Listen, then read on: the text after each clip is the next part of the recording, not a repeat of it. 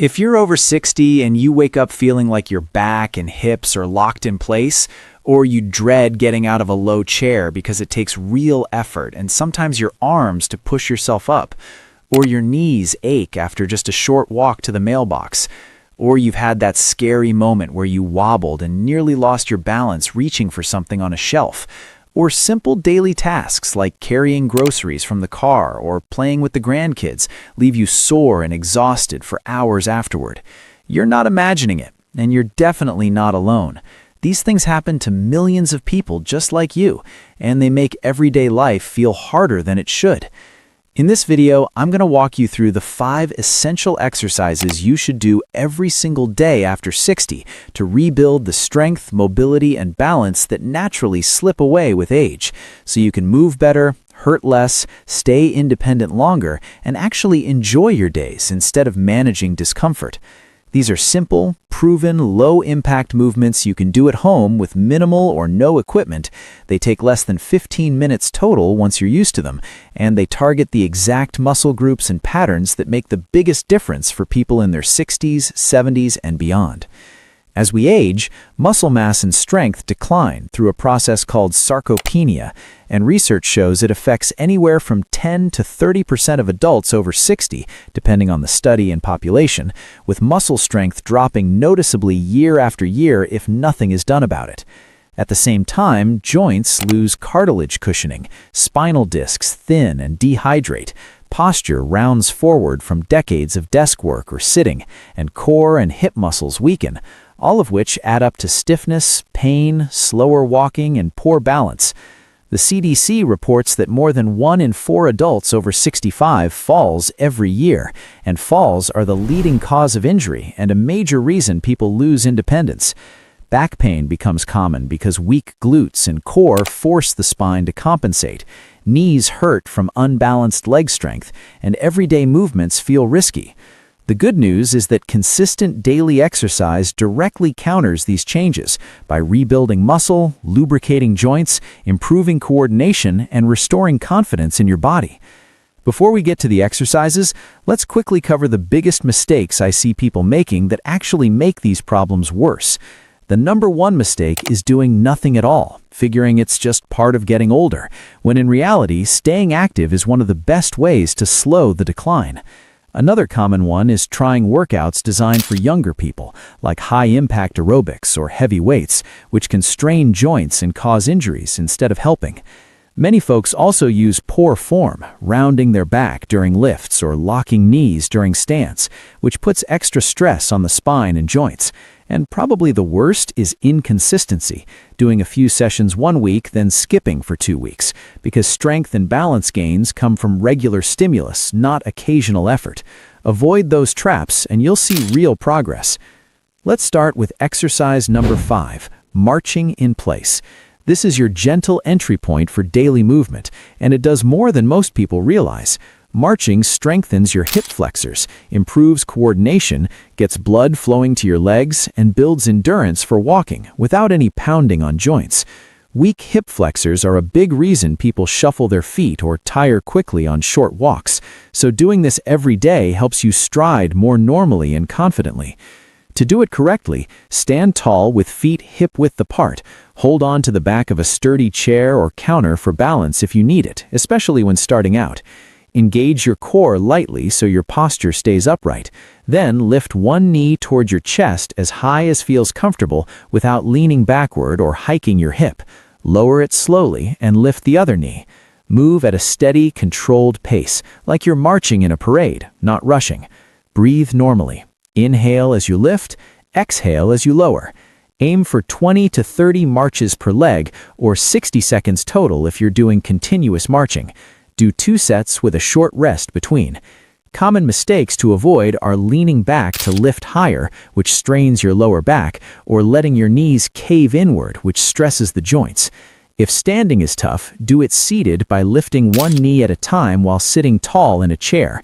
This is completely safe for almost everyone, and even if you have mild arthritis, the controlled motion usually feels good rather than aggravating. Stick with it daily, and you'll notice less stiffness in your hips and easier walking within a couple of weeks. Next up is exercise number 4, Wall push-ups. This is your go-to for upper body strength without putting pressure on your shoulders or wrists the way floor push-ups would. It builds your chest, shoulders, triceps, and the muscles that hold your posture upright so you stand taller, push open heavy doors more easily, and feel less fatigue when carrying things.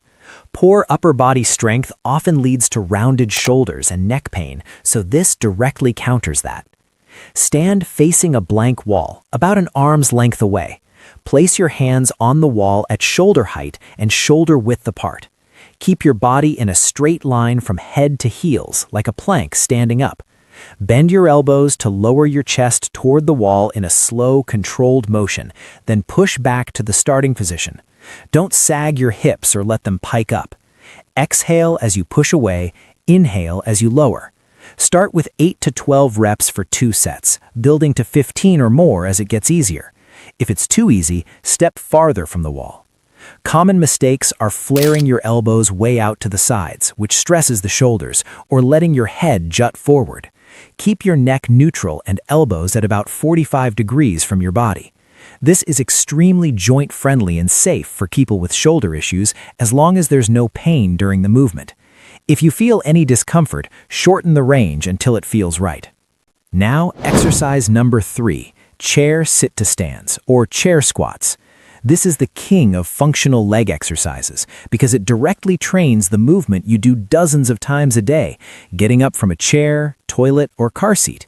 It strengthens your quadriceps, glutes, and hamstrings, which are critical for balance, stair climbing, and preventing falls. Weak legs are one of the top reasons people lose independence, so mastering this pays off fast. Place a sturdy chair behind you, one you know won't move when you sit back. Stand with feet hip-width or slightly wider, toes pointing forward or slightly out. Engage your core, keep your chest up, and look straight ahead. Slowly bend your knees and hips to lower yourself until your butt lightly touches the chair seat or hovers just above it. Then push through your heels to stand back up fully, squeezing your glutes at the top. Don't use your hands to push off unless you're really struggling at first. Exhale on the way up, inhale on the way down. Aim for 10 to 15 reps for 2 to 3 sets. Common mistakes are letting your knees collapse inward, rounding your back, or plopping down fast and jerking up. Move slowly and controlled. If balance is an issue, hold the chair arms lightly for support. This is one of the safest ways to build leg power, and most people can do some version of it even with knee or hip concerns. Over time, you'll find you need less arm help and stairs feel much easier. Exercise number 2 is the bird dog, and this one is fantastic for core stability, back strength, and overall balance. A weak core and poor spinal stability are behind a lot of lower back pain and that feeling of wobbling when you turn or reach. The bird dog teaches your core to brace while moving your arms and legs, which translates to better posture and safer daily movements. You'll need to get down on the floor for this, so if you're doing it on a hard surface, grab a folded towel or blanket to cushion your knees. But honestly, an exercise mat makes a huge difference here. It gives your knees padding so you stay comfortable, prevents slipping, and supports your wrists too. A good mat is inexpensive, lasts forever, and makes floor work so much more enjoyable that you're actually likely to do it consistently. Check the link in the description if you're looking for one I recommend. To perform the bird dog, start on all fours with hands under shoulders and knees under hips, back flat like a tabletop. Engage your core so your spine doesn't sag. Slowly extend your right arm straight forward and your left leg straight back at the same time, keeping both level with your torso. Hold for 3 to 5 seconds without letting your hips rotate or your back arch, then return to start and switch sides. Move deliberately, not fast. Do 8 to 12 reps per side for 2 sets. Breathe steadily. Exhale during the hold if that helps. Common mistakes are arching your lower back, dropping your belly toward the floor, or rushing through reps. If full extension is hard, just lift the arm or leg separately at first. This is very safe when done with control, and people with mild back issues often find it relieving rather than painful because it strengthens the stabilizers. And finally, exercise number 1, the glute bridge. which I save for last because in my experience, this is the single most powerful movement for people over 60.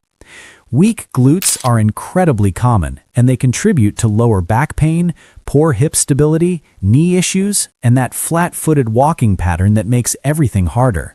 When your glutes are strong, they take pressure off your spine, improve your stride, make standing up easier, and give you a solid foundation for balance. This exercise wakes up the posterior chain and delivers results faster than almost anything else. Lie on your back on the floor, knees bent, feet flat, about hip-width apart, and close enough that you can touch your heels with your fingertips. Rest your arms by your sides. Engage your core lightly, then squeeze your glutes and push through your heels to lift your hips up until your body forms a straight line from knees to shoulders. Avoid arching your lower back. Hold at the top for 2 to 5 seconds, squeezing your glutes hard, then lower slowly under control. Exhale as you lift. Inhale as you lower. Start with 10 to 15 reps for 2 to 3 sets.